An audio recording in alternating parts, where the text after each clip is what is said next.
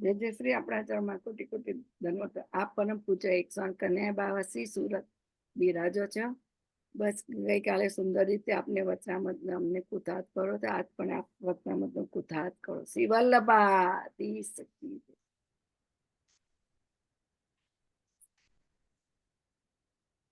अमंगलानां शमनं मंगलानां महोदयं रूपांगनानां सौभाग्यं श्रीगोकुलेन्दुं वयं नमः। चिन्तासन्तानहन्तारो यत्पादाम्बुजरेणवः स्वीयानां तान्यान् प्रणमामि मुहुर्मुहुः। यदनुग्रहतो जन्तु सर्वदुःखाधिको भवेत् तमहं सर्वदा वन्दे श्रीमद्वल्लभनन्दनम्। अज्ञानतिमिरान्धस्य ज्ञानाञ्जनशलाकया चक्षुरुन्मिलितं येन तस्मै श्रीगुरवे नमः। તો વાલા વૈષ્ણવો, આજે 2 દિવસનું આપણું સેશન છે, એમાં બીજો આજનો દિવસ છે અને એમાં ખરેખર આપણે કહીએ તો કોઈ વિશેષ ગ્રંથ કે વિષય લઈ અને આપણે નથી ચાલ્યા, પરંતુ અહીંયા ગઈકાલે જે આપણે વાત કરી કે જે સમય છે એ એવો છે કે બુદ્ધિનાશક છે અને એમાં સત્સંગ જ એકમાત્ર આપણો સાધક છે કે આપણું રક્ષક છે। હવે આજે એ જ લાઈન ઉપર બીજો એક વિચાર કે જે દરેક વૈષ્ણવના હૃદયમાં હોવો જોઈએ એ છે કે આપણે વૈષ્ણવ થયા, બ્રહ્મ સંબંધ લીધું, તો ક્યારે પણ આપણા અંદર અહંકાર આદિ અવગુણો ન પ્રવેશે એની કાળજી આપણે રાખવી જોઈએ અને એના માટે આપણા અંદર દીન ભાવના રહેવી જોઈએ। ખ્યાલ આવે ને કે આજે જ્યાર સુધી આપણે કેટલું પણ કરીએ, કાંઈ પણ કરીએ, પરંતુ દીન ભાવના ન હોય તો એ બધી વસ્તુ નિરર્થક થઈ જાય છે। અને ઠાકોરજી તો એવા છે કે જ્યારે પણ માનો જીવની કક્ષા આવે અને જીવની પરીક્ષા કરે તો જ્યાર સુધી જીવના હૃદય નિર્મળ નથી ત્યાર સુધી એની ચોરી પકડાઈ જાય છે। કે આજે આપણે એક જગ્યા પર તો શ્રી હરિરાયજી શિક્ષાપત્રમાં એવી સ્પષ્ટ આજ્ઞા કરે છે કે સ્વપ્રવેશાય કામાદિ સર્વદોષ નિવારકમ, એટલે જે આપણા દોષોનું નિવારણ કરે છે ને એ પણ ઠાકોરજી જ કરે છે। આપણે આપણા દોષોનું નિવારણ નથી કરી શકતા। એટલે આપણે એમ વિચાર કરીએ કે અમે માનો સત્સંગની જે વાત કરી તો સત્સંગ આદિ કરી અને અમે અમારા દોષોનું નિવારણ કરી લીધું છે તો એ આપણી સૌથી મોટી ગફલત અથવા ભૂલ છે। આજે જો જીવમાં એવો વિચાર આવી જાય મનમાં કે હું નિર્મળ થઈ ગયો છું અને મારા સર્વદોષ નિવૃત્ત થઈ ગયા છે, એટલે સમજી જવાનું કે હમણાં પ્રભુ આપણા પર પ્રસન્ન નથી। જે દિવસ પ્રભુ આપણા પર પ્રસન્ન થાય એ દિવસ તો એવી વાત છે કે આપણે પોતાના દોષ જ દોષ દેખાય, સામેવાળાના કઈ દોષ જ નહીં દેખાય, કારણ કે આપણે સતત આત્મચિંતનમાં રહીએ અને આત્મચિંતનમાં જ્યારે રહીએ તો આપણને ખબર પડે કે ભાઈ આપણા અંદર સૌથી વધારે સામેવાળા માટે વિચાર થાય છે કે ભાઈ સામેવાળો શું કરે છે, સામેવાળો આમ કરતો છે કે સામેવાળો આમ કરે છે કે નહીં। આજે અમે એક કથાનો દૃષ્ટાંત આપીએ કે એક વખત એક બહુ સજ્જન કથાકાર હતા અને એમણે પોતાની કથામાં કોઈ પણ પ્રકારના કપટ કે કોઈ પણ પ્રકારના હિડન આશય સાથે કથા નહોતા કરતા। પછી એવું થયું કે એ ગામમાં એક અન્ય સાધુ આવ્યો અને સાધુએ આવી અને ત્યાં બધાને પૂછ્યું કે કઈ રીતે છે, શું છે, બધા અહીંયા ભેગા થાવ તો કે ના, આજે તો કોઈ તમારી પાસે નહીં આવશે, કારણ કે આ કથા અહીં ચાલી રહી છે અને એ કથામાં એ પુરુષ એવો સુંદર બધાને બોલે છે કે કોઈને આ તરફ રુચિ નહીં પડે. તો પેલાને થયું કે ભાઈ એવા તો પેલા ભાઈ શું બોલી રહ્યા છે કે જે બધા લોકો ત્યાં ખેંચાય છે. હવે પરીક્ષણ માટે પેલા સાધુ પણ ત્યાં ગયા, એમની એક બેઠક કરવામાં આવી અને એ જ્યાર સુધી કથા સાંભળતા રહ્યા ત્યાર સુધી એ પરીક્ષણ કરતા રહ્યા કે ભાઈ અહીંયા શું ખોટું કરે છે, અહીંયા શું બોલે છે, અહીંયા કેવું કરે છે. ખ્યાલ આવે? તો એને જ્યારે સામેવાળો બોલી રહ્યો હતો તો એને એમાં ભાવ નહોતું જાગૃત થતું, પણ પરીક્ષા નો ભાવ એના અંદર હતો. અને પછી જ્યારે કથા પૂરી થઈ એને આજુબાજુ જોયું તો જુએ છે કે બધા લોકો ભાવ વિભોર થઈને રડી રહ્યા છે. તો એને એકદમ પેલી લજ્જા આવી ગઈ કે ભાઈ આ લોકો તો બધા ભાવમાં છે ને હું આવી રીતે પેલું એકદમ જ કઈ પેલું ચહેરા પર ભાવ નહીં ને એ રીતે તો પછી સારું નહીં લાગે. તો એને કીધું કે મને તો આજે કથામાં બહુ આનંદ આવ્યો, ખોટે ખોટું કહી દીધું અને કે કાલે હું પાછો આવીશ. તો બધા કઈ વાંધો નહીં, કાલે પાછા આવજો સાથે. તો પછી બીજા દિવસે પાછો આવ્યો ને એ દિવસે એને યુક્તિ કરી કે પોતાના વસ્ત્રમાં એવું કંઈક લગાડી લાવ્યો કે જે આંખની આજુબાજુ ફેરવીએ તો આંખમાંથી અશ્રુધારા પડે. એના ભાવ તો પેલા જ રહ્યા કે પરીક્ષણ જ કરતો હતો, પણ જ્યારે એને એવું લાગે કે ભાઈ આ બધા ભાવ એ થઈ રહ્યા છે તો પૂરું લગાવી લે આંખ પર અને અશ્રુપાત થવા લાગે. હવે આ વાત શ્રોતામાંથી એક શ્રોતા જે એની બાજુમાં બેઠો હતો એ જોઈ ગયો. એટલે પેલા શ્રોતાએ સતત જોયા કર્યું કે ભાઈ આ વ્યક્તિ શું કરે છે, જે સાધુ છે એ શું કરે છે. તો એ વારે ઘડીએ પેલી આંખ પર લગાડે અને આંખમાંથી ખોટા ટીપા પડ્યા કરે. પછી જયારે કથા પૂર્ણ થઈ પેલો સાધુ તો એની જગ્યાએ ચાલ્યો ગયો. આ જે શ્રોતા હતો એ પેલા કથાકાર પાસે ગયો અને કથાકારને જઈને કહ્યું કે પેલો જે સાધુ છે એ ખરેખર બહુ પાખંડી છે, એના અંદર કોઈ પ્રકારનો ભાવ નથી ને એ તમારી પરીક્ષા કરવા આવ્યો હતો. અને આજે મેં જોયું કે એ પોતાના વસ્ત્રમાં કઈ લગાડીને લાવ્યો હતો ને આંખ ઉપર આ રીતે લગાડે એટલે આશ્રુપાત થાય, બાકી એને કોઈ પ્રકારનો ભાવ નહોતો થતો. તો આ વાત જ્યારે પેલા કથાકારે સાંભળી તો કથાકારે પેલા શ્રોતાને પૂછ્યું, દીકરા વાત તારી બરાબર છે, પણ આજે મેં કથામાં શું કહ્યું એ તને ધ્યાન છે? તો પેલો શ્રોતા ચૂપ થઈ ગયો. કેમ? કારણ કે એનું ધ્યાન તો પેલા સાધુમાં હતું. એટલે આ કથા શું ચાલી રહી છે એ તો એ સાંભળી જ ન શક્યો. એને તો એમ જ થયા રાખે કે પેલો પાખંડ કરે છે, પાખંડ કરે છે.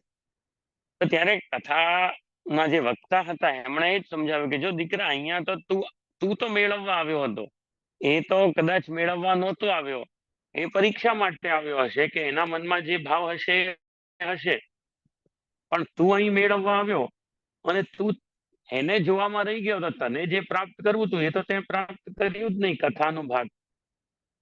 એટલા માટે આ વસ્તુ જ્યારે એને ધ્યાન પડી કે ભાઈ હું તો બીજાની પરીક્ષામાં પોતે બધું ગુમાવી ગયો, તો એને ખૂબ મનમાં ગ્લાનિ થઈ. એટલે એને આત્મબોધ થયો કે ખરેખર સામેવાળાને જોવામાં આપણે આપણું ગુમાવીએ છીએ.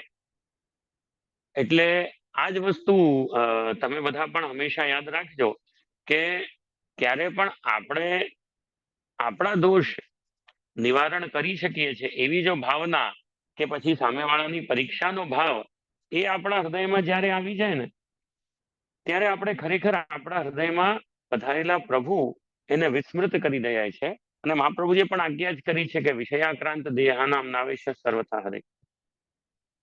ક્યારે પણ ઠાકોરજી વિષયોથી ઘેરાયેલા વ્યક્તિના હૃદયમાં બિરાજતા નથી. ખ્યાલ આવે ને? આજે આપણે ભાગવતજીના દશમ સ્કંદના જે પૂતના વધનો અધ્યાય છે એ પૂતના વધના અધ્યાયમાં શું આવે કે જે પૂતના આવી એ રાક્ષસી હતી તો અંદરથી ખૂબ દેખાવડી નહોતી, બદસુરત હતી, બહુ ભયાનક સ્વરૂપ વાળી હતી. પણ એને શું કર્યું? એક પોતાનું માયાથી સ્વરૂપ ઊભું કર્યું, એ બહુ જ રૂપવાન હતું. અને એમાં એવું વર્ણન મળે કે ચાલતી હતી તો એની ચોટલી આમ અ, વલ મારતી હતી ને એના બધા શરીરના અવયવો એકદમ સુંદર ને સુડોલ સુડોલ હતા. એવી રીતે આખું ભાગવતમાં વર્ણન મળે કે એ સ્વરૂપ એને ધારણ કર્યું. તો જ્યારે ગોકુલમાં પ્રવેશી તો શું થયું કે સૌથી પહેલા એનો ભેટો ગોપ ગોપ બાળકો અથવા ગોપો સાથે થયો. એટલે કે જે બધા વ્રજવાસી પુરુષ હતા એમની સાથે એનો ભેટો થયો. તે બધા વ્રજવાસીઓ એના રૂપ પર મુગ્ધ થઈ ગયા. જેટલા પણ પુરુષ વર્ગ હતા એ એના રૂપ પર મોહિત થઈ ગયા. ત્યારે આટલી સુંદર સ્ત્રી આવે છે અને જેમ એમણે સામે પેલા સ્ત્રીમાં મન લાગ્યું તો એમના હૃદયમાં જે ઠાકુરજી બિરાજતા હતા, જે કૃષ્ણ, જેમની રક્ષા માટે એ લોકો દંદાલયના દ્વાર પર ઉભા હતા, એ ભૂલાઈ ગયા. ખ્યાલ આવે ને? એ ઠાકોરજી ભૂલાઈ ગયા. અને એમણે પેલી કઈ પૂછ્યું જ નહીં કે ભાઈ તું નવી છે તો ક્યાંથી આવી છે ને શું કઈ રીતે. તો એ પછી ભૂતના અંદર ગઈ અને અંદર ગઈ ત્યારે એની મીઠી વાતોથી એ બધી ગોપાંગનાઓ જે હતી, જે ગોપીઓ હતી, એ પણ એના આડંબરમાં આવી ગઈ અને ઠાકોરજીને એને પોતાના ખોળામાં પધરાવી અને સ્તનપાન કરાવવાની કોશિશ કરી. અને ત્યારે પછી ઠાકોરજીએ પૂતનાનો ઉદ્ધાર કર્યો. પણ વાત વિચારવાની એ જ આવે કે પેલા વ્રજ ભક્તો હતા કે ગોપીઓ હતી એને ખબર જ ન પડી કે આ અવિદ્યારૂપ પૂતના ક્યારે એમના હૃદયમાં આવીને જ્યારે એ પૂતના ઉપર દૃષ્ટિ ગઈ ને એમાં મોહાયા ત્યારે ઠાકોરજી હૃદયમાંથી પધારી ગયા. ખ્યાલ આવે ને? નહીં તો જ્યાર સુધી પૂતનામાં ચિત્ત નહોતું લાગ્યું ત્યાર સુધી ઠાકોરજીમાં ચિત્ત હતું. અને એ લોકો તો એમ માનતા હતા કે અમે પ્રભુના રક્ષણાર્થ ઉભા છીએ.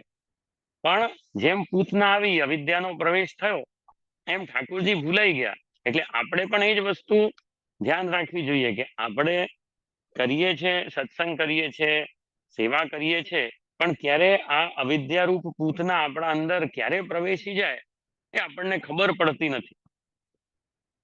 અને ત્યારે આપણને ઠાકોરજીની જરૂર પડે. ત્યારે આ જે હરિરાયજીનો વાક્ય છે, આપશ્રી શું કહે છે કે આપણે પોતે કામાદિ દોષ જેટલા પણ કામ, ક્રોધ, લોભ, મોહ, મદ, મત્સર, છ દોષ,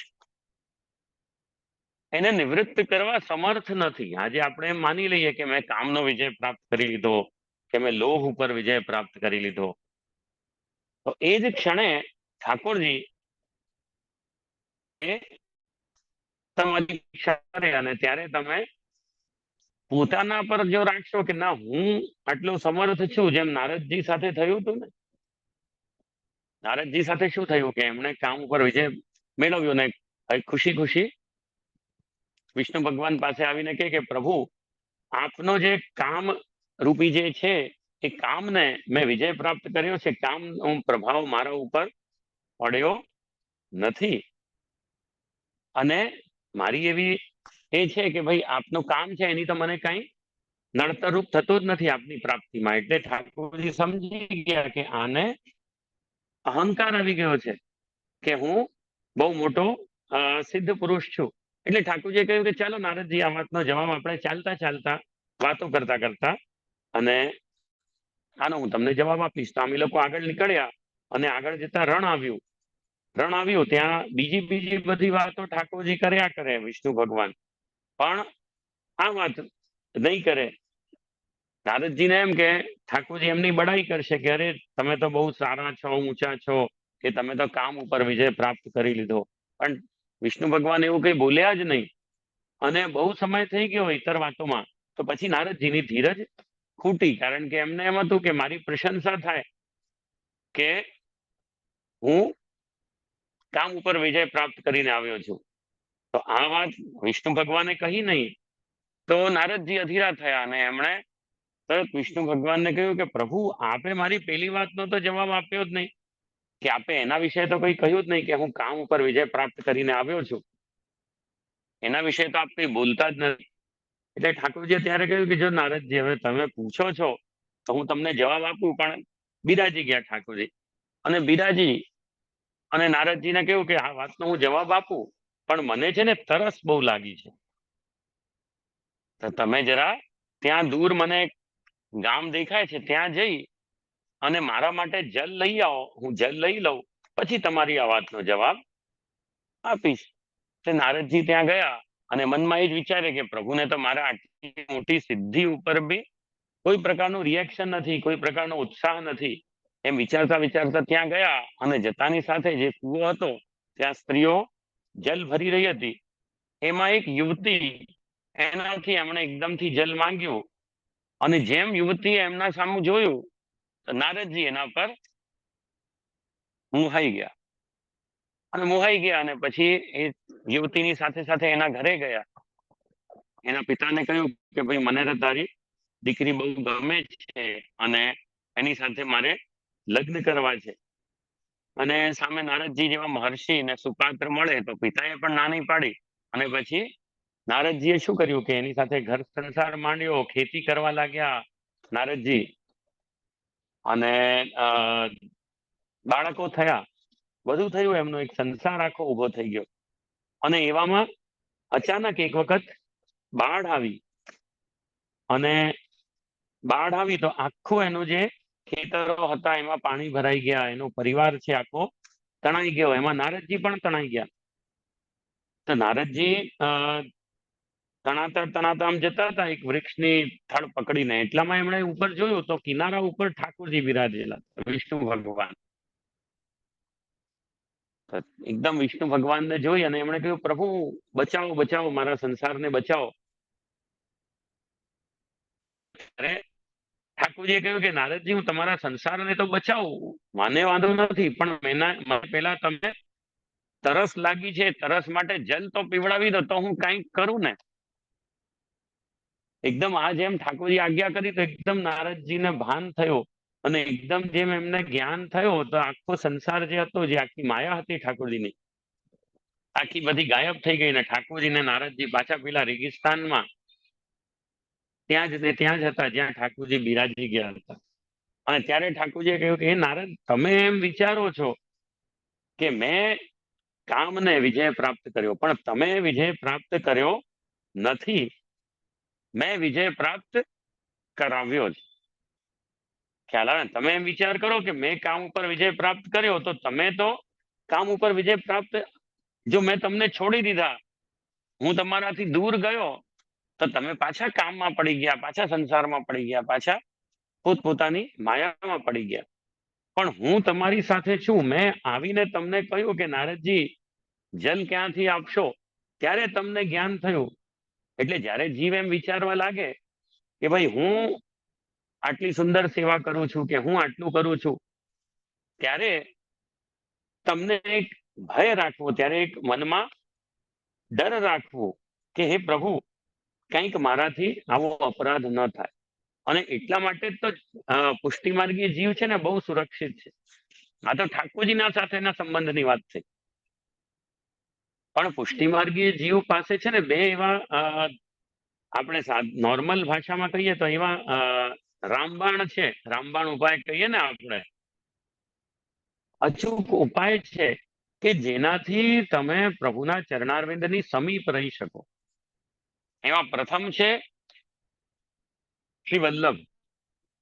ખ્યાલ આવે ને? આજે ઠાકોરજી સુધી પહોંચવું એ આપણી યોગ્યતા નથી, પણ અહીંયા વિચારવાનું એ જ આવે, હરિરાયજી પણ એ જ કહે છે ને કે આપ પોતે અમારા હૃદયમાં બિરાજો, આપ બિરાજો, એ માટે આપ કંઈક લીલા કરો. તો ઠાકોરજી આપણા હૃદયમાં બિરાજે એ માટે આપશ્રીએ શું કર્યું છે? બે એવા આપણા સબલ સ્વામી છે કે જે આપણી રક્ષા કરે, આપણા ભાવને વર્ધન પણ કરે અને આપણા અભાવ કે દુર્ગુણોનો નાશ પણ કરે. એમાં સૌથી પહેલા કયા છે? શ્રી વલ્લભ. મહાપ્રભુજીનું એક નામ આવે છે ને, વૈશ્વાનર. વૈશ્વાનર શ્રી મહાપ્રભુજીનું એક નામ છે. આપશ્રીને અગ્નિ કહેવાયા છે. અગ્નિનો શું ગુણધર્મ છે? અગ્નિનો શું ગુણધર્મ છે કે એ કોઈ પણ વસ્તુ એમાં તમે પધરાવો, આજે લોઢું પણ હોય, જેમ ઘણી વખત પેલી ખીલી હોય એને પણ તમે અગ્નિમાં પધરાવો તો થોડા સમય પછી શું થાય, એ ઓગળી જાય. એટલે કે શ્રી વલ્લભના સંપર્કમાં તમે આવો તો તમારા કેટલા પણ કઠોર દુર્ગુણો હોય, અવગુણો હોય, એ શ્રી વલ્લભમાં એ સામર્થ્ય છે કે એને બાળી શકે. દાહકત્વ છે શ્રી વલ્લભમાં, એક એવો દાહકત્વ છે. દાહકત્વ એટલે બાળવું, કે તમારા દુર્ગુણોને એ બાળી શકે, તમે નથી બાળી શકતા. જે મેં નારદજીના પ્રસંગથી કહ્યું કે તમે એમ વિચારો કે હું મારા દુર્ગુણોને બાળી શકીશ, તો એ આપણામાં સામર્થ્ય નથી. આજે આપણે ગોવિંદદાસ ભલ્લાનો પ્રસંગ લઈએ તો એમાં શું આવે, સેવા તો બહુ સારી કરતા, પણ અહંકાર એના અંદર એવો હતો કે શ્રી વલ્લભથી દૂર થઈ ગયા. શ્રી વલ્લભ પણ એને સમજાવ્યો શ્રી વલ્લભે, પણ છતાં એ માન્યા નહીં. તો એમાં અહંકારનું દાહકત્વ નહોતું. કેમ? કારણ કે એ જીવ છે અને શ્રી વલ્લભ છે એ દાહકત્વ ધારણ કરનાર એવા સમર્થ આપણા ગુરુ છે. એટલે આપણા જે પણ દોષ હોય એ બધાને શ્રી વલ્લભ બાજુ પર મૂકી અને જીવનો ઉદ્ધાર કરી શકે. જેમ ગુસાઈજીનો એક પ્રસંગ આવે ને કે એક જીવ હતી, એ બહુ જ અભણ, એને કાંઈ ન આવડે. એટલે જ્યારે નિવેદનનો વારો આવ્યો તો એ ગુસાઈજી એ જીવને કહ્યું કે ભાઈ તમે બ્રહ્મ સંબંધનો મંત્ર બોલો. તો પહેલીને સંસ્કૃતના જે વૈષ્ણવ સ્ત્રી હતી એનાથી સંસ્કૃતના શ્લોક જ નહીં બોલાય. હવે શ્લોક જ નહીં બોલાય તો શું થયું? ગુસાઈજીએ કહ્યું કે કઈ વાંધો નહીં, આખું સંસ્કૃતનો એ નથી બોલાતો, તમે ખાલી અષ્ટાક્ષર બોલો. તો પેલી જે બાઈ હતી એનાથી અષ્ટાક્ષર પણ ન બોલાયું. અને પછી છેલ્લે ગુસાઈજીએ કહ્યું ભાઈ તને તો મારું તો નામ આવડે છે ને, વિઠ્ઠલ? તો કે હા, એ મને આવડે છે. તો ગુસાઈજીએ કહ્યું કે તું 3 વખત આ નામનું ઉચ્ચારણ કર અને તારો ઉદ્ધાર હું કરીશ. ખ્યાલ આવે ને? એવા સમર્થ ગુરુ છે કે જીવને કઈ સાધન નથી, એને બરાબર બોલતા પણ નથી આવડતું, છતાં એ જીવને ગુસાઈજી ઉદ્ધાર કરવા સમર્થ છે. પણ અહીંયા વિચારવાની એ વાત આવે કે ગુરુ તો સમર્થ છે, પણ આપણું શું દાયિત્વ છે? આજે આપણે વાત કરીએ ને તો આપણે કૃષ્ણદાસ મેઘનનો પ્રસંગ આવે. જેમ નારદજી થયા એમ આપણે ત્યાં કૃષ્ણદાસ મેઘનનો પ્રસંગ આવે. એ કૃષ્ણદાસ મેઘનને એ એક વખત મનમાં એવું આવી ગયું કે આપણામાં કહે ને વદત ભિરેવ સતતમ, આપણે હસ્તાક્ષર હંમેશા બોલવું જોઈએ. એ બધાની એક ટેવ હોવી જોઈએ કે અષ્ટાક્ષર એ સતત બોલતા રહે. કેમ? કારણ કે પ્રભુના ચરણારવિંદ, એ જ કાલે આપણે જે પૂરણમલ ક્ષત્રિયના પ્રસંગથી જોયું હતું કે પ્રભુના ચરણારવિંદ સુધી જ આપણી ગતિ છે. પણ કૃષ્ણદાસ મેઘનને એક ટેવ હતી કે સતત અષ્ટાક્ષરનું રટણ એ ચાલુ રાખતા. પણ એ જ વાત છે કે જો આટલું બધું કરતા કરતા ક્યારે ચૂક થઈ જાય તો એનામાં શું થવા લાગ્યું? જેમ આપણે મેં કહ્યું તમને કે આપણે બધું કરીએ, સેવા સત્સંગ વાંચન બધું કરીએ, અને ધીમે ધીમે ધીમે બીજાને જોઈએ કે જે સત્સંગ વાંચન સેવા નથી કરતા, તો શું થાય કે આપણા મનમાં કંઈક હું તો એ કરું છું, હું તો આ બધું કરું છું. ખ્યાલ આવે ને?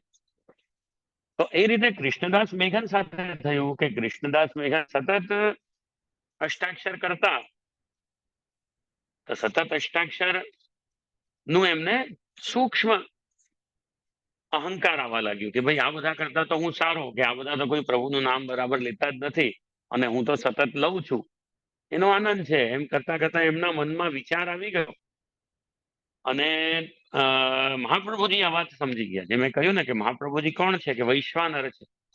આપણા દોષોનું નિવારણ કરવા, એને દૂર કરવા, એને સળગાવવા, બાળવા સમર્થ છે.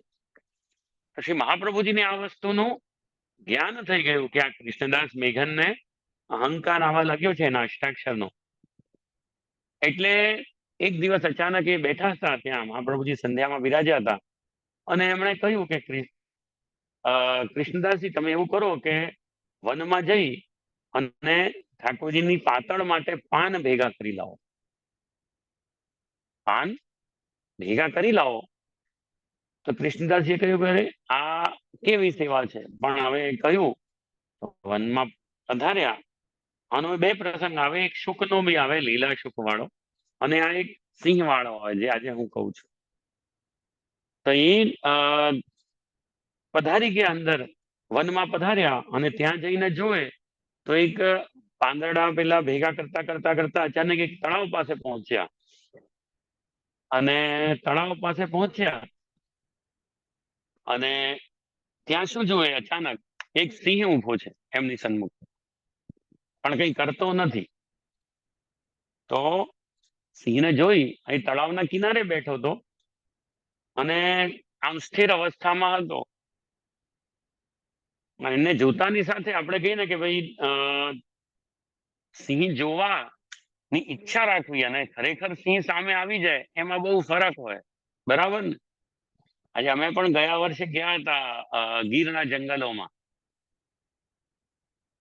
તો બધા વૈષ્ણવ, બામણાસા કરીને એક ગામ છે, ત્યાં અમે બધા ગયા, નીકળ્યા. તો એક ત્યાં બેઠા હતા, ઘણી વાર થઈ ગઈ, રાત થઈ ગઈ. બધા કે સિંહ, પેલા વૈષ્ણવ ત્યાં હતા, એ શોધવા નીકળ્યા, પણ ક્યાંક સિંહ દેખાયો નહીં એ લોકોને. કે જે ક્યાંક, એટલે એ લોકોને એમ કે સિંહ દેખાય તો ગાડી લઈને આપણે જઈએ. ગયા વર્ષ દિવાળી આજુબાજુ, નહીં, ગયા વર્ષ ગરમીની જ વાત છે, આવા જ દિવસોની. તો પછી રાત થઈ ગઈ. હવે હું બી હતો, અનિરુદ્ધ બાવા બી હતા અમારી સાથે. તો અનિરુદ્ધ બાવા પછી ગામવાળાને પૂછ્યું કે ભાઈ, અમે લોકો તો ગાડી, પણ તમે લોકો તો ગાડીમાં આવ્યા નથી. વૈષ્ણવને કહ્યું, તો તમે લોકો કઈ રીતે જશો? અમે લોકો ગામની બહાર હતા. તો કે જે અમારે તો રોજનું થયું, અમે લોકો તો રાત્રે ટોર્ચ લઈને નીકળી જઈએ, અને અમને તો કઈ સિંહ પેલો હેરાન કરતો નથી. તો હવે અનિરુદ્ધ બાવાને એકદમ ઈચ્છા થઈ. કે ચાલો, તમે લોકો જો નીકળો જંગલમાં ખુલ્લામાં, તો અમે બી તમારી સાથે ચાલીએ. મેં કીધું, દાદા આ શું કહો છો તમે? રવા દો ને તમે. ના ના, એ લોકો જાય તો આપણે શું વાંધો છે, ચાલ. મેં કીધું ભાઈ હવે ચાલો, થવાનું છે તે થશે, બીજું શું થાય, હવે અમે સાથે ચાલીએ. એટલે અમે 15 મિનિટ જંગલમાં, પેલા રિઝોર્ટમાં તો અમે જાળમાં હતા, આખી નેટ પેલી હતી, આખર 12-15 ફીટ ઊંચી જાળી હતી, એટલે આપણે સેફ હોઈએ. ખુલ્લા જંગલમાં અમે નીકળી ગયા, અને રાત્રે ભલે 10 વૈષ્ણવ ભેગા હતા, ટોર્ચ હતી, બધું હતું, 15-20 મિનિટ રાઉન્ડ મારીને પાછા આવ્યા. 15-20 મિનિટ રાઉન્ડ મારતા હતા ને, એમાં બધા ટોર્ચ આમાં ફેરવે કે અંધારામાં કોઈ કઈ દેખાઈ ન જાય. એટલે છે ને, અમને 2 આંખો દેખાય. પેલી અંધારામાં કેમ પેલી બિલાડીની આંખો દેખાય, 2 આંખો દેખાય. તો કે કઈ છે ત્યાં. પછી ટોર્ચ મારી તો એક હરણ હતું. તો ત્યારે મેં કીધું, જો આ શિકાર તો દેખાય છે, શિકારી દેખાઈ ગયો તો શું થવાનું છે, બોલો તમે બધા? હરણ છે, સિંહનો શિકાર છે. બધા કે આ જે બરાબર વાત છે, હવે આપણે ચાલીએ પાછા જ. હવે આ તો થોડું રિસ્કી થતું જાય છે. તો 15-20 મિનિટ અમે, પ્રભુ કૃપાથી સિંહ દર્શન નહીં થયા, વાંધો નથી. બીજે ઘણી જગ્યા પર અમે સિંહના દર્શન કર્યા છે, પણ ખુલ્લામાં સિંહ દેખાય તો થોડું રિસ્કી થઈ જાય. કૃષ્ણદાસ મેઘણ પણ એકલા નીકળ્યા, અને ટોર્ચ નહીં ને કઈ નહીં, અને ત્યાં પાંદડા વીણી રહ્યા છે, અને એવામાં સામે પેલો સિંહ દેખાયો. તો એમના મનમાં તો અષ્ટાક્ષરનું રટણ ચાલુ જ હતું, પણ એ અષ્ટાક્ષરનું રટણ થોડુંક વધારે પ્રબલ થઈ ગયું, જોરથી બોલવા લાગ્યા. કેમ? કારણ કે એકદમ સિંહને જોઈએ તો આપણે હરિરાયજી પણ આમાં કહે છે ને કે પેલું વ્યાઘ્રસ્ય યથા દેહી, એ આજ્ઞા કરે કે વ્યાઘ્રની સામે આપણે કેમ પોતાના શરીરની ચિંતા થાય, એમ અસત્સંગથી, દુસ્સંગથી બચવું એક જગ્યામાં શિક્ષાપત્રમાં જ આજ્ઞા છે. તો કૃષ્ણદાસ મેઘને જેમ પેલા સિંહને જોયું, તો એકદમથી અષ્ટાક્ષર રટણ કરવા લાગ્યા. તો જોરથી જેમ અષ્ટાક્ષર બોલ્યા, તો પેલા સિંહે 3 વખત જલ લીધું. 3 વખત. અને 3 વખત જલ લઈ અને ત્યાં એને કાંઈ કર્યું નહીં. અને કૃષ્ણદાસજી પછી પેલા પાંદડા વીણી અને પાછા આવી ગયા અને મહાપ્રભુજીને આવીને વિનંતી કરી કે પ્રભુ આ આપના પાન હું વીણી લાવ્યો છું ને આપને. તો મહાપ્રભુજી કીધું કે કૃષ્ણદાસજી તમે વનમાં ગયા તો કંઈક જોયું, કંઈ મળ્યું? તો કૃષ્ણદાસજી કે પ્રભુ આપ તો સર્વ સમર્થ છો, આપને તો શું આપનાથી સંતાડવું. ત્યાં હું ગયો તો એક સિંહના દર્શન થયા. તો કે સિંહના દર્શન થયા તો તમે શું કર્યું? કે જે એ તો હવે પછી શરીરની ચિંતા થાય એટલે હું તો જોર જોરથી અષ્ટાક્ષર બોલવા લાગ્યો. પણ મને એક વસ્તુનો વિસ્મય થાય છે, આશ્ચર્ય થાય છે કે જ્યારે હું જોર જોરથી અષ્ટાક્ષર કરવા લાગ્યો, 3 વખત જોરથી અષ્ટાક્ષર બોલ્યો, તો 3 જ વખત પેલા સિંહે જલ પીધું. પછી જેમ હતો તેમ બેસી ગયો. એને મને કંઈ કર્યું નહીં, મારી સામું જોયું નહીં. આવું કેમ એ મને સમજાયું નહીં.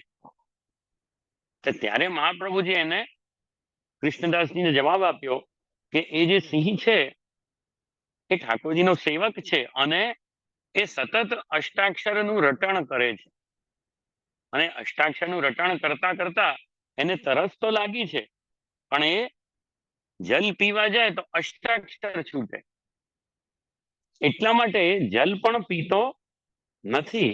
અને ત્યાં જલ તળાવના કિનારે બેઠો બેઠો રાહ જોતો હતો કે કોઈ વૈષ્ણવ આવે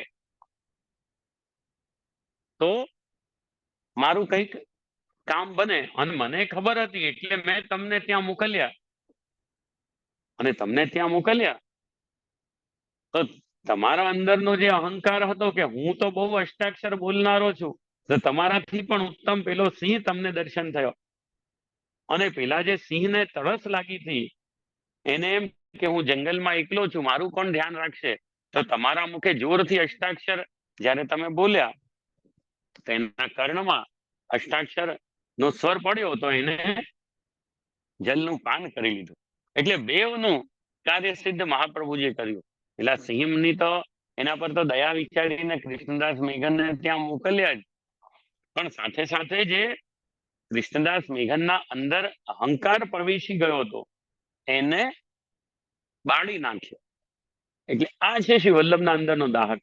ખ્યાલ આવે ને? એટલે ક્યારે પણ શ્રી વલ્લભના ચરણારવિંદનો આશ્રય છોડવો નહીં. આજે ઘણા લોકો એવું વિચાર કરે કે હવે તો ઘણા અમે એવા જોયા છે કે જે પહેલા અમારી પાસે ખૂબ આવે, સન્મુખ થાય, વાતો કરે, જિજ્ઞાસા કરે, પછી પ્રભુ પુષ્ટાવી દઈએ એના તો એ ગાયબ થઈ જાય. પ્રભુ પધારી જાય એના ઘરે પછી ઘણી વખત અમે પૂછીએ એમને કે કેમ હવે તમે દેખાતા નથી? તો કે જે ભગવત સેવામાંથી ટાઈમ જ નથી મળતો. પછી કે આપે જ તો સોંપેલી નિધિ છે, તો પછી એમાં એમની સેવા કરીએ તો પછી બીજે ક્યાંય જઈએ? હવે આ જે વિચાર છે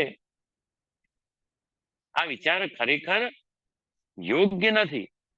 તમે સંસાર છોડો, વાંધો નહીં. એ વ્યક્તિને પૂછવાની ઈચ્છા થાય કે પછી તો સેવા કરતા હશો તો નોકરી પણ છોડી દીધી હશે, વેપાર પણ છોડી દીધું હશે. એ બધું તો છોડ્યું નથી. બધું જ કરે છે એ લોકો. નોકરી બી કરે ને વેપાર બી કરે, સેવા બી કરે, પણ કોને છોડી દીધા? વલ્લભને. હવે અમને ઓછા દેખાય અને ત્યારે પૂછીએ તો કે શું કે જે આપે જ પ્રભુ પધરાવ્યા છે એમની સેવા કરીએ છીએ. એટલે તમારો મતલબ ઇનડિરેક્ટ એ થઈ ગયો કે હવે ઠાકોરજી મળી ગયા એટલે વલ્લભની જરૂર નથી, અથવા ઓછી થઈ ગઈ. તો જયારે જીવન વિચાર આવે હવે મને વલ્લભની જરૂર નથી, ત્યારે એ જીવ અસુરક્ષિત થઈ જાય છે. હંમેશા યાદ રાખજો કે ક્યારે પણ અમુક વસ્તુ શ્રી વલ્લભ અને શ્રી યમુનાજી એ બે એવા છે કે એમના વગર જીવ એ પ્રભુને પામવા અસમર્થ થઈ જાય છે. કારણ કે જ્યારે શ્રી વલ્લભ સાથે ઊભા છે ત્યારે જ ઠાકોરજી તમારા તરફ જોવે છે. જેમ આપણે એમનો બી પ્રસંગ આવે, આજે કેટલાય પ્રસંગોની વાત કરીએ કે રામદાસજીનો પ્રસંગ આવે કે રામદાસજીએ ઈચ્છા કરી કે પ્રભુ આપે મને નિકુંજ લીલાના દર્શન નથી કરાવ્યા. શ્રીનાથજી એમની સાથે વાત કરતા, અનુભવ તકાત કરાવતા, અને રામદાસજીની ઈચ્છા થઈ કે મને નિકુંજ લીલાના દર્શન કરવા છે. રામદાસજીએ શ્રીનાથજીને ડાયરેક્ટ વિનંતી કરી, શ્રૃંગાર કરતા કરતા સેવામાં, કે પ્રભુ આપની નિકુંજ લીલાના ક્યારે દર્શન થયા નથી, આપ નિકુંજ લીલાના દર્શન મને કરાવો. તો શ્રીનાથજીએ શું આજ્ઞા કરી? ત્યારે શ્રીનાથજીએ આજ્ઞા કરી કે રામદાસજી, આપ એ લીલાના જીવ નથી, આપને એ દર્શન ન કરાવાય. તમે વિચાર કરો કે અનુભવ કરાવે છે ઠાકોરજી, વાતો કરે છે રામદાસજી સાથે, એટલે આમ સેવા તો કરતા જ હોય ને. એને એમ વિચાર થઈ જાય કે હવે તો ઠાકોરજી મારી સાથે વાત કરે છે, ઠાકોરજી મને અનુભવ કરાવે છે, પ્રકટ આજ્ઞા કરે છે, હવે શું મને જરૂર? ત્યાં શ્રીનાથજીએ ના પાડી દીધી, ના, તમે લીલાના લાયક નથી. પછી એક દિવસ ગોકુલનાથજી શ્રૃંગાર કરતા હતા, ગોકુલનાથજીને એમણે વિનંતી કરી કે જયરાજ, આપને એક વિનંતી કરું, મારી એક મનમાં મનોરથ છે. તો ગોકુલનાથજી કહ્યું, કયો? બોલો રામદાસજી, આપ તો મોટા છો, છતાં હું શું કહીએ આપને, જે આપની છે વાત કરો. તો કે જે મારે ઠાકોરજીની નિકુંજ લીલાના દર્શન કરવા છે. તો ત્યારે ગોકુલનાથજીએ પ્રભુને વિનંતી કરી કે પ્રભુ, હવે આ જીવની ઈચ્છા છે, તો આપ એનો મનોરથ સિદ્ધ કરો. તો શ્રીનાથજીએ ત્યારે રામદાસજીને નિકુંજ લીલાના દર્શન કરાવે. હવે આ વિચારવાની વાત અહીંયા શું આવે, બતાવો તમે, કે આમ તો સમર્થ જ છે ને, રામદાસજીને અનુભવ કરાવે છે, એનાથી વધારે શું? છતાં એ જીવની કક્ષા એ નથી. અને કદાચ જીવની કક્ષા જો નથી, તો પણ વલ્લભની કાનીથી ગોકુલનાથજીએ વિનંતી કરી, તો ઠાકોરજીએ પોતે જે વસ્તુની ના પાડી હતી, એ પણ રામદાસજીને એ વસ્તુના પણ દર્શન કરાવે. હવે ત્યાં તમે જો એમ વિચાર કરો, આજના વૈષ્ણવ, કે ભાઈ અમે તો પ્રભુ કુષ્ટાવી લીધા, અને અમારા ઠાકોરજી ભલા ને અમે ભલા, પછી હવે રામદાસજી જો ન પહોંચી શકતા હોય, તો તમે ત્યાં પહોંચી શકો ખરા? તમે વલ્લભને બાયપાસ કરવાનો વિચાર કરો, કે વલ્લભ બાળક વિશે એમ વિચાર કરો કે ભાઈ હવે તો પધારી ગયા ઠાકોરજી, અને હવે મને એમના પ્રભુની સેવા અથવા એમની સેવાની જરૂર નહીં, બધું જ મારા ઘરમાં છે, અને બધું જ હું ઇન્ડિવિજ્યુઅલી કરી શકું. તો જીવનું સામર્થ્ય એટલું નથી કે સીધા ઠાકોરજી સુધી પહોંચે. ખ્યાલ આવે ને? રામદાસજીનું પણ નહોતું.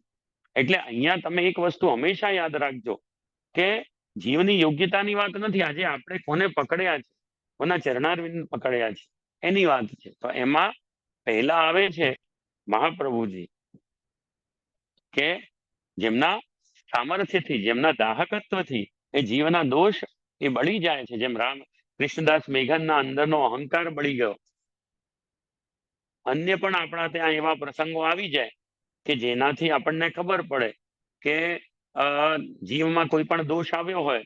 જેમ પેલા એનો ઉપલા વાળો પ્રસંગ આવે છે, તો એમાં પણ એ જીવને લોભનો ની વૃત્તિ આવી, તો એ લોભને પણ શ્રી વલ્લભે પોતાના દાહકત્વથી નારાજ થઈને બતાવ્યું કે ભાઈ આના અંદર દોષ આવ્યો, તો એનું નિવારણ કર્યું. તો એ શ્રી વલ્લભ છે વૈશ્વાનર સ્વરૂપ. અને બીજા સ્વરૂપ કોણ છે? કે જેના આપણા મસ્તક પર બિરાજવાથી આપણે પ્રભુથી ક્યારે દૂર ન થઈએ, એ છે શ્રી યમુનાજી. ખ્યાલ આવે ને? આ બે સ્વરૂપ એવા છે કે જયારે જીવને ભ્રમસમન થાય, તો કોના બે ના આશ્રિત થાવ તમે? સૌથી પહેલા શું કરવામાં આવે? સૌથી પહેલા જીવને ઉપવાસ પછી સ્નાન કરાવવામાં આવે, અને સ્નાન કરાવ્યા બાદ વલ્લભકુલ બાળકોના થકી એ જીવનું ભ્રમસમન થાય. એટલે જે બે ની જરૂર પડે તમને પ્રભુ સુધી પહોંચવામાં, એ છે શ્રી વલ્લભ અને શ્રી અમનાજી. એમના વગર તમે જો પ્રયાસ કરશો, એટલા માટે તમારા વડીલોએ બધાએ શું કર્યું, કે બીજું કઈ તમને આવડે કે ન આવડે પુષ્ટિ માર્ગમાં, બે વસ્તુ જરૂર શીખવાડી. એક, નમામિ યમુના મહમ, બરાબર ને? બધાને નાના હતા, નાનપણમાં સૌથી પહેલો જો પાઠ શીખવાડવામાં આવ્યો હોય તો એ યમનાષ્ટક લાંબા પાઠમાંથી. અને બીજું શું શીખવાડ્યું કે રોજ આપણે બીજું કઈ સર્વોત્તમ લાંબુ પડે તો બીજું કઈ આવડે કે ન આવડે, રાત્રે ઊંઘતા પહેલા શું બોલવાનું? દ્રઢ ઇન ચરણ કેરો ભરોસો. બરાબર કે નહીં? આજે દરેક વૈષ્ણવના આ સંસ્કાર છે કે આ બે વસ્તુથી છૂટવું નથી. એક યમનાષ્ટક નહીં છૂટે અને બીજું દ્રઢ ઇન ચરણ કેરો. કેમ? કારણ કે આ બે એવા છે કે જેમના થકી આપણા અંદરના દોષ, એક શ્રી વલ્લભમાં દાહકત્વ છે અને શ્રી યમુનાજીમાં શું છે? નિર્મલ કરવાનો સ્વભાવ.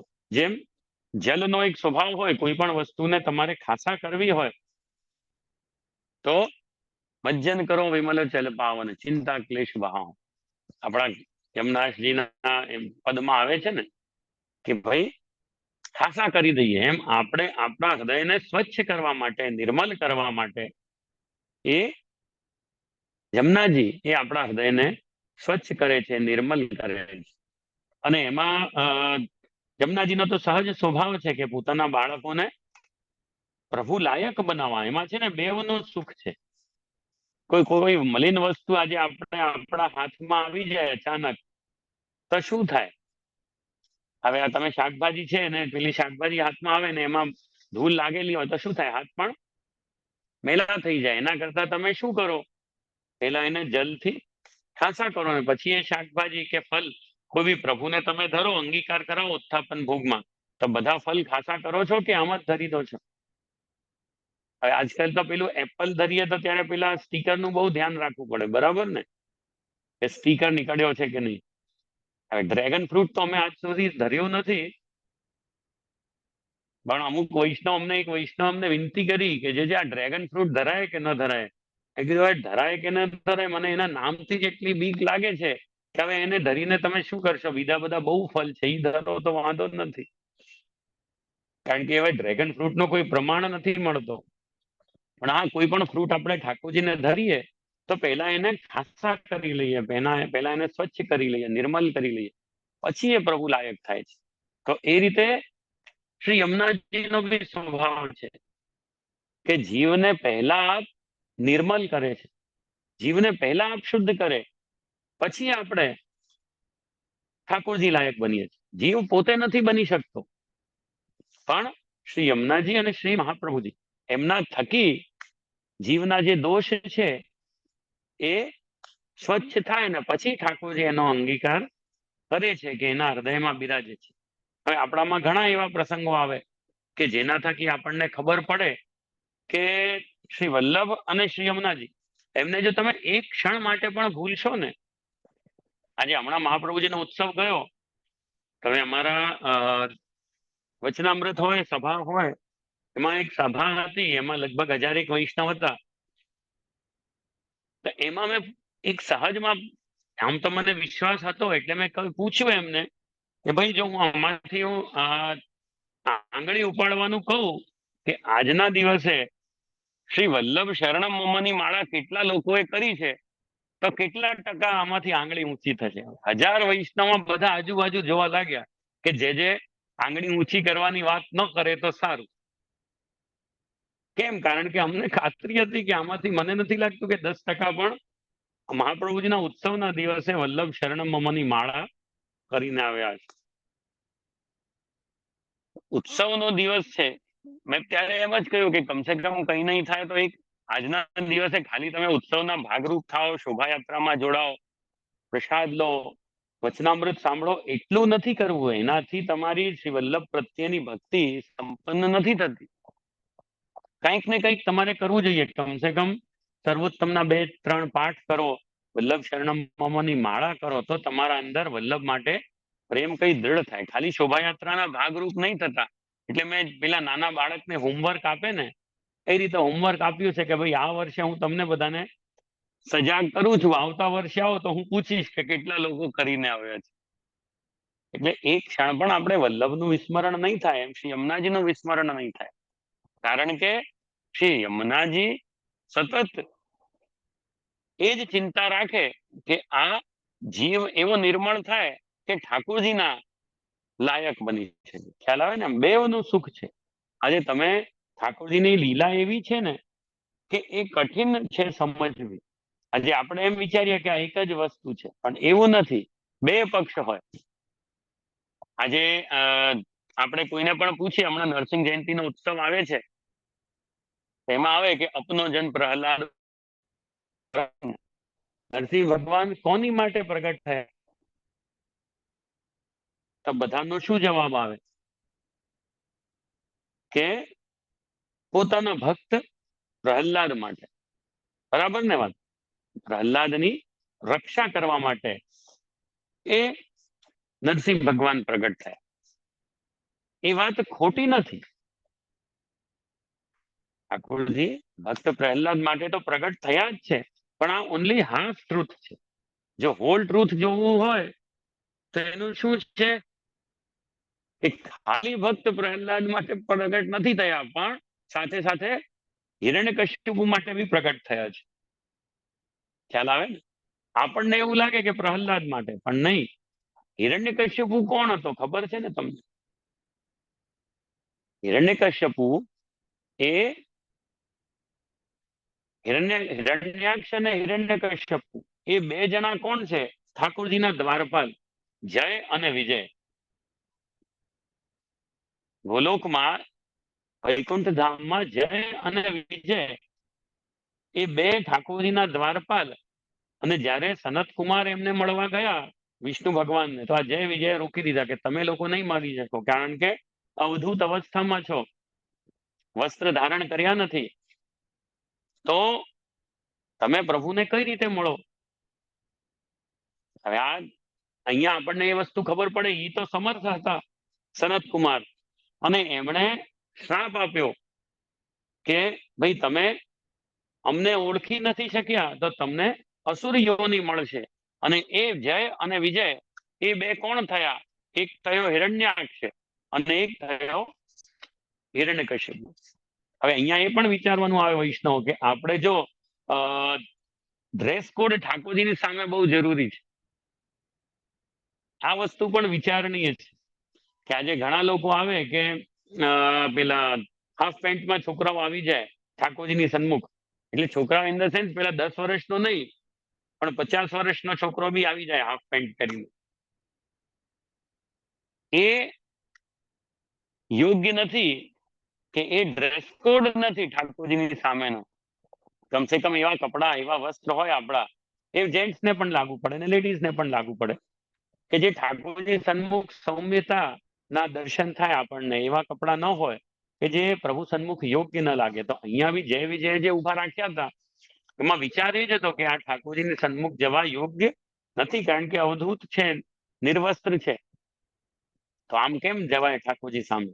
પણ એ સમજી ન શક્યા કે આ તો સનત કુમાર છે ને જ્ઞાની છે ને, તો એમને સંસારનું કઈ સુખ દુઃખ કે કોઈ પ્રકારના કામ લાગુ નથી પડતા, એટલે વસ્ત્ર ધારણ નથી કર્યા.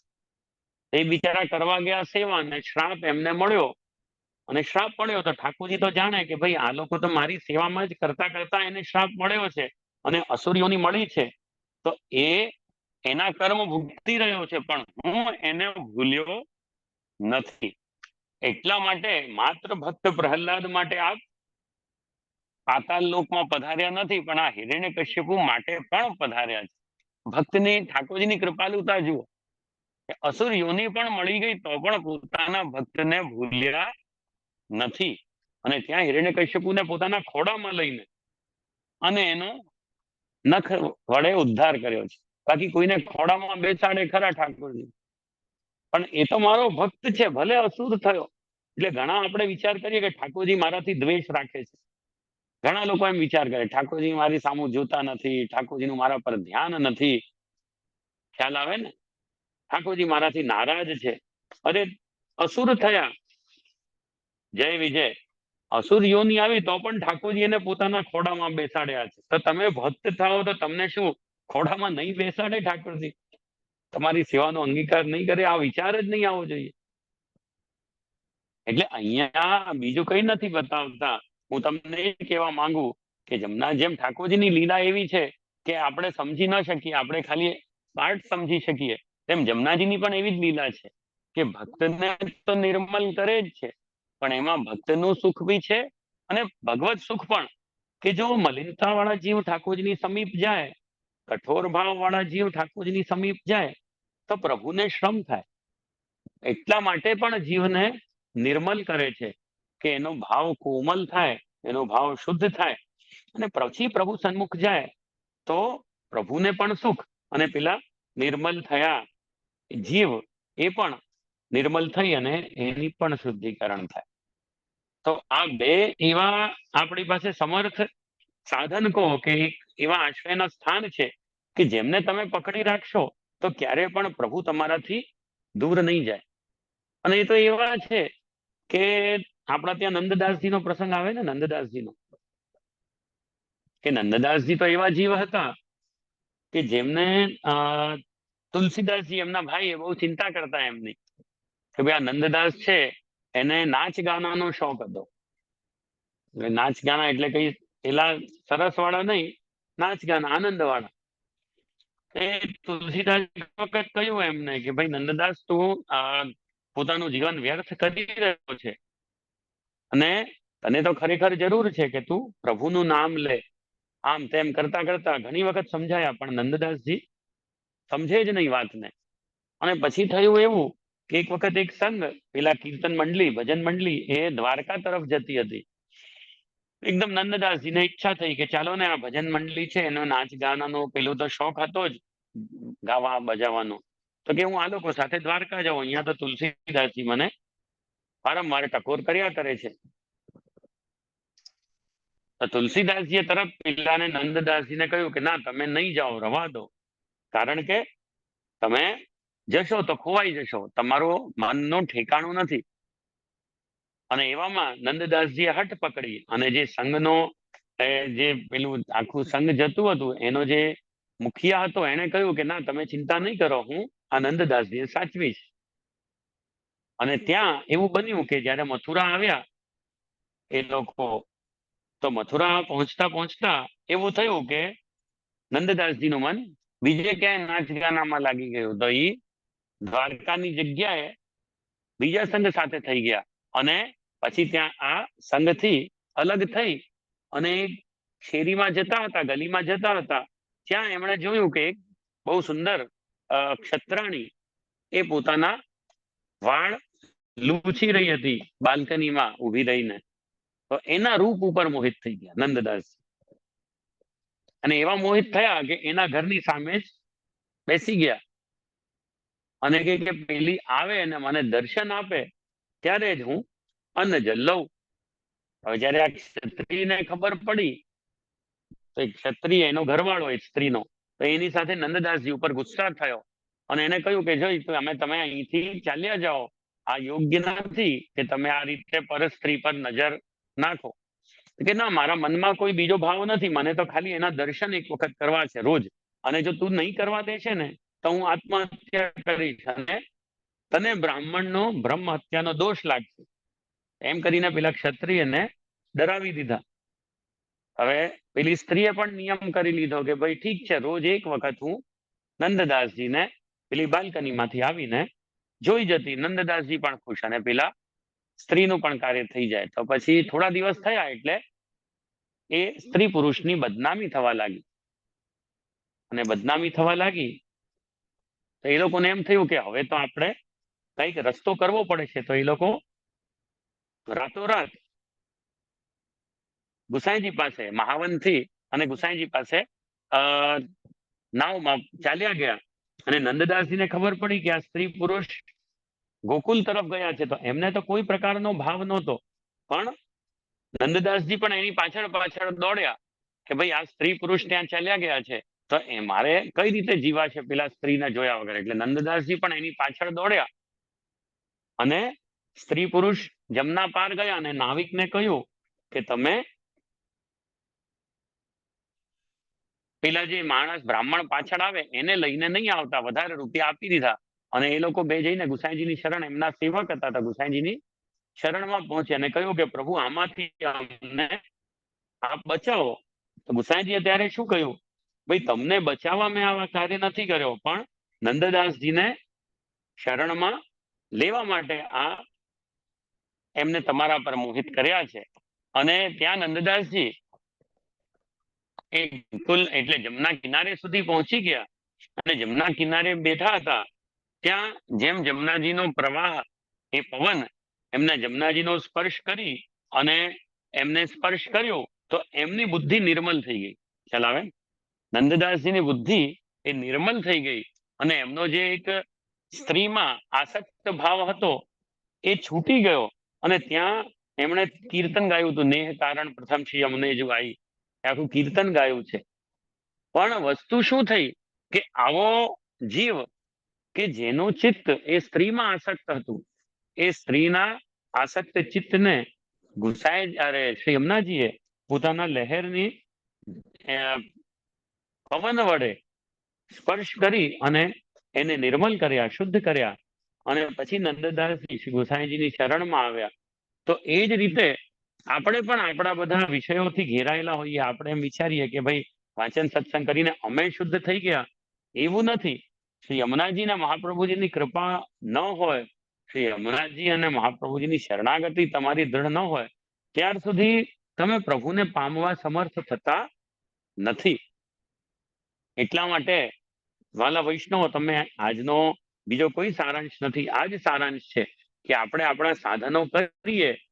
પણ જેમ શ્રી હરિરાયજીએ આ એક શ્લોકની એક લીટીમાં આજ્ઞા કરી કે પોતાના સ્થાપન માટે જીવના કામાદિ દોષ નિવૃત્ત કરવા એ ઠાકોરજી સમર્થ છે, એમ માત્ર ઠાકોરજી નહીં પણ શ્રી વલ્લભ અને શ્રી યમુનાજી પણ એ જ સામર્થ્ય ધારણ કરે છે. એટલે ક્યારે પણ તમારા અંદર એક તો આ ત્રણેય સ્વરૂપમાં ભેદ બુદ્ધિ નહીં રહેવી જોઈએ કે આ ત્રણેય અલગ છે. અને ક્યારે પણ એવું નહીં કે હું યમુનાજીની ભક્તિ, ઘણા લોકો અમને આવીને પૂછે કે જે હું યમુનાજીની ભક્તિ કરું કે મહાપ્રભુજીની કરું કે ગિરિરાજજીની કરું. અમે કે ભાઈ ત્રણેયની કરો, ત્રણેયની જરૂર છે. આજે વલ્લભમાં દાહકત્વ છે તો યમુનાજીમાં જલ સ્વરૂપે સ્મૂથલી તમારા દોષ નિવારણની વાત છે. એવું નથી કે વલ્લભનું શરણ કર્યું તો જમનાજીનું નહીં કરવાનું, ને જમનાજીનું કર્યું તો વલ્લભનું નહીં કરવાનું. તો આ જ્યાર સુધી તમારા અંદર આ ભાવના નહીં રહે અને જ્યાર સુધી તમે શ્રી વલ્લભ અને શ્રી યમુનાજીનું સ્મરણ ન કરો, ત્યાર સુધી તમે પ્રાપ્તિ નહીં થાય. જ્યાં સુધી તમે પોતાના અંદર કોઈ પણ પ્રકારના આ દોષનો અહંકાર, કૃષ્ણદાસજીની જેમ સાત્વિક અહંકાર પણ રાખશો, ત્યાર સુધી પણ પ્રભુ તમારા હૃદયમાં નહીં બિરાજમાન થાય. તો આ બધી વસ્તુઓનો આપણે સતત રટન કરતા રહેવું. અને આ રટણ કરતા રહીશું તો આપણા અંદરના જે પણ મલિનતાઓ છે, દોષ છે, એ દબાયેલા રહેશે. નિવૃત્ત થઈ જશે એવું તો આપણે ન કહી શકીએ, પણ આ એ દબાયેલા રહેશે અને આપણે ભગવદ અનુભવ, પ્રભુનું સાનુભાવ એ પ્રાપ્ત કરી શકીશું. એ જ આપણા આજે આ 1 કલાકની ચર્ચાનો સાર છે. મને આશા છે તમે બધાને ખૂબ આનંદ આવ્યો હશે. અમને તો 2 દિવસ આ રીતે તમારી સાથે ચર્ચા કરવામાં ખૂબ આનંદ આવ્યો. ઠાકોરજી કરશે તો યુએસ તો અમે જઈ રહ્યા છે નેક્સ્ટ મંથ, તો સામસામાં ચર્ચા કરીશું. પણ તમે આ ક્રમ જરૂરથી ચાલુ રાખજો બધા લોકો. અને પ્રભુ કરે કે આ વખતે જેટલા લાંબો સમય થયો આપણને આ ઓનલાઈન આવવામાં, એટલો લાંબો સમય આગળ ન થાય. બસ પ્રભુ આવા કાર્ય તમારાથી કરાવતા રહે. આટલું કહી આશીર્વાદ આપી અહીં વિરામ લઈ.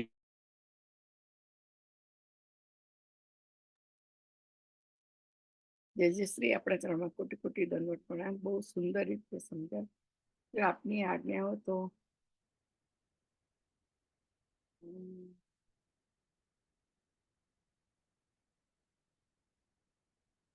જય શ્રી મન લાગે એ થઈ ગયા.